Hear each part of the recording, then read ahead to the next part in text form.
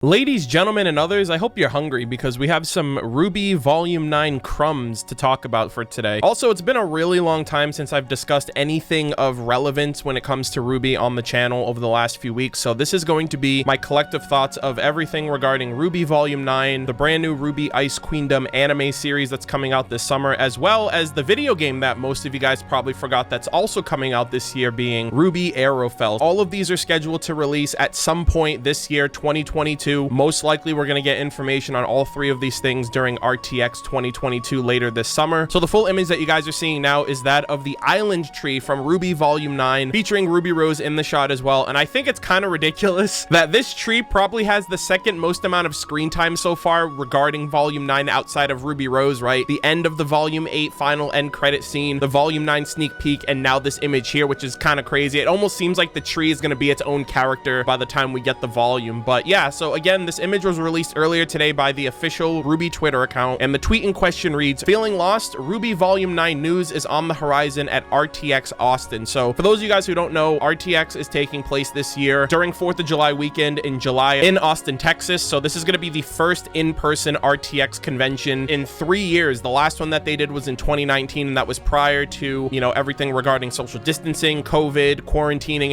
and things of that nature. The last two that we've gotten have been online events, so this is going to be really awesome to link back up with people, get back into the spirit of, you know, annual conventions, hopefully, and being able to see RWBY Volume 9 most likely for the first time at RTX this year, which is really exciting. But outside of the calendar-long hiatus that it took from Volume 8 to Volume 9 for us to get here, this is really nothing out of the ordinary for Rooster Teeth. We usually get news and information regarding the latest volume, merchandise, external media at RTX regardless. So even if RTX was another online-only convention for this year, we most likely would have gotten this information at RTX regardless. And with that in mind, we can probably speculate that we'll most likely get a release date for Volume 9, since it has been well over a year with really nothing in terms of information on when Volume 9 is releasing. My guess is it's probably going to release this fall, winter 2022, and we're going to get back onto that maybe annual schedule. There might be a chance that we don't get RWBY every year, just because this last year and the hiatus of this last year kind of almost shows that maybe it was beneficial for them to take this year off to kind of adjust themselves a little bit better, because, you know, they also had a 6-week hiatus during Volume 8. So depending on what they do, at the very least, we're most likely going to get a release date this year of fall winter 2022. They might also talk about how many episodes this volume is going to have. That's typically something that they talk about. The last couple of volumes have ranged anywhere from 12 to 14 chapters, so that's another thing to look forward to. And at the very least, what we get at RTX could be we could get a trailer, we can get a character short, maybe a snippet of the first episode. They did that for Volume 7 at RTX. They showed us a really rough cut of the first episode, but I feel like they're a lot further along than they typically are. And being the fact that if it does release fall winter holiday, you know, whatever they show us at RTX is probably going to be the only thing that we get to hold us over, unless they do something like New York Comic-Con. So in regards to Volume 9, we have less than 2 months before we get all of the news, all of the information, potentially the new costumes and outfits for the characters going into whatever new terrain there is on the island, and overall just getting more information on Volume 9. So spread the word, let everybody know. Now we're going to talk about RWBY Ice Queendom, the 2D anime series. So I just want to say this because a lot of people in my comment section have been echoing this sentiment, or this question of, is RWBY Ice Queendom going to replace RWBY Volume 9? Are they now splitting their resources and now they're going to put the money that they were going to use for Volume 9 into this anime series? Is this going to be dubbed? Is this going to be subbed? I am giving you all confirmed factual information here. I will leave links in the description if you guys want to do your own research in that regard, but this is everything that we know about the brand new 2D anime series RWBY Ice Queendom. It will be releasing this summer 2022, and with it releasing in the summer, it is most likely that they will also talk about this at RTX. We might actually get the first episode at RTX, or even like a trailer, an additional trailer of it at RTX, and this will most likely lead into Volume 9, into the fall winter season. And this is a big distinction here. The series is being produced by the Japanese production studio Shaft, and what this essentially means is that RWBY Ice Queendom will not be replacing RWBY proper.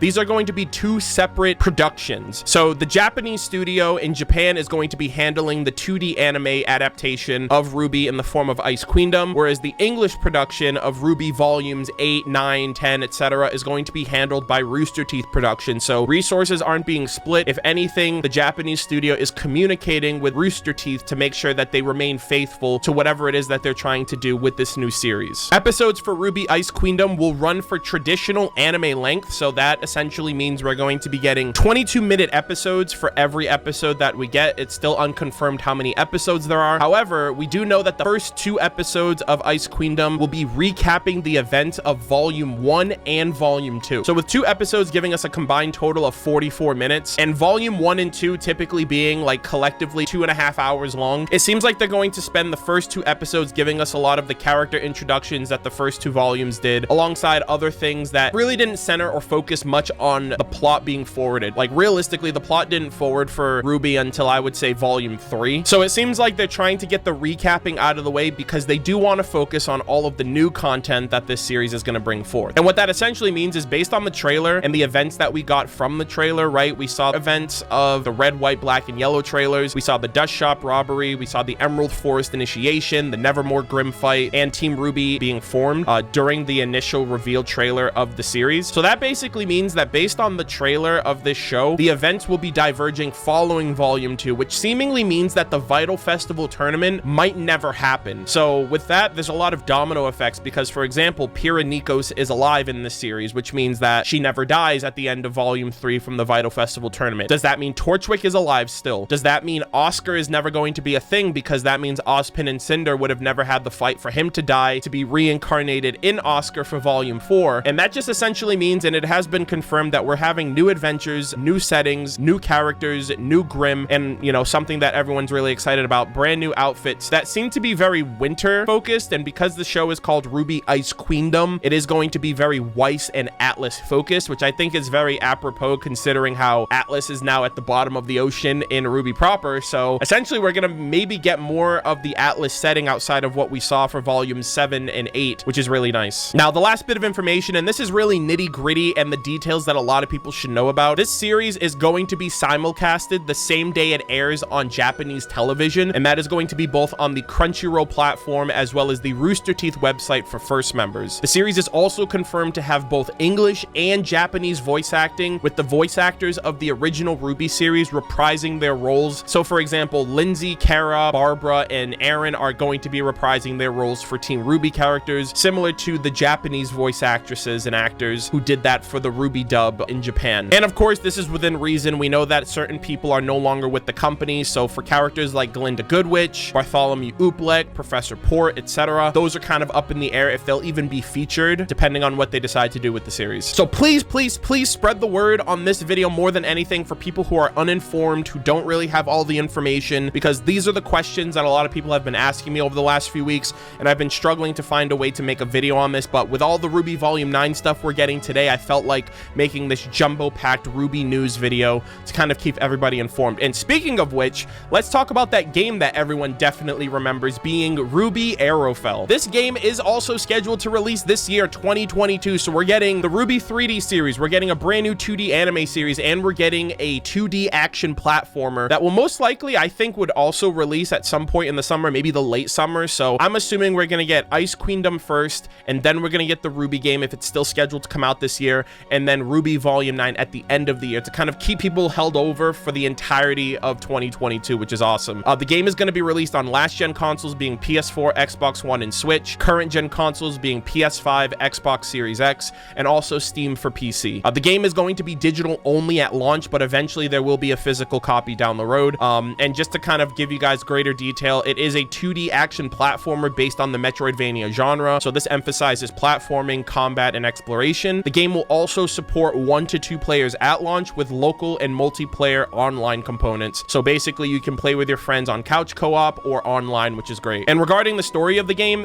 will feature a canonical story set during the events of Volume 7. So if you guys remember during Volume 7 where they did that big training montage where there wasn't like a clear definitive point of time of how much time passed, this game is going to take place during the training montage where Team RWBY goes on missions with the Aesops and basically is trying to train and become better huntsmen and huntresses to help the Kingdom of Atlas. So canonically, that is going to be where the setting takes place, and they're also going to be alongside brand new huntsmen and huntresses of Team Briar, and this is going to feature the 4 characters Bianca, Roan, Ivy, and Ruta. And just ending off on some additional notes, there's going to be 7 minutes of additional animation from RWBY directly, so you're going to see a bunch of cutscenes in the form of like the format of RWBY proper, and that is mainly suited for the game. There's going to be a ton of new Easter eggs and lore, along with new villains and of course some new Creatures of Grimm. So I'm personally super excited for this game. You know, Grimm Eclipse left a lot to be desired. Granted, it was a fan project made official by Monty and Rooster Teeth taking on Jordan Scott back in the day, and so I'm just really excited for brand new RWBY content. You know, also having RWBY and BlazBlue cross tag battle was great. I platinumed both of those games, both Grimm Eclipse and BlazBlue on PlayStation, so I'm planning on getting this for PS5, and I want to platinum this game too, so I'm super excited for this. It's being developed by WayForward, so if you're a fan of the Shantae games, this is probably going to be in the same vein, so I'm super excited for all of this. But overall, that is all of the news and information that I wanted to get you guys caught up and up to speed with. Please